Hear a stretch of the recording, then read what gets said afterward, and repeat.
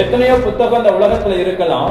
எல்லா புத்தகத்துக்கும் பார்க்கலோ மனித வாழ்வை மாற்றக்கூடிய, மனிதனுடைய சுபாவங்களை, மனிதனுடைய வாழ்க்கையை, மனிதனுடைய தரங்களை மேன்மைப்படுத்தக்கூடிய தகுதியுள்ள பாத்திரமா மாற்றக்கூடிய புத்தகம் என்று சொன்னால் இந்த வேத புத்தகம். இந்த வேத புத்தகத்துல என்ன இருக்கு தெரியுமா? உயிர் இருக்கு. இந்த வேத புத்தகத்துக்கு ஜீவன் இருக்கிறது. இந்த வேத புத்தகத்துல சௌக்கியம் இருக்கிறது, ஆசீர்வாதம் இருக்குது, மேன்மை இருக்கிறது.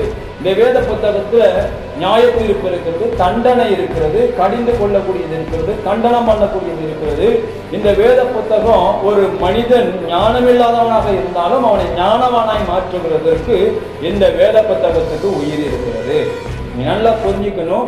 இந்த வேத புத்தகத்துக்கு ஒரு பைபிள் அப்படின்னு நம்ம சொல்லுவோம், பரிசுத்த வேதாகம்னு சொல்லுவோம், விவிலியம்னு சொல்லுவோம்.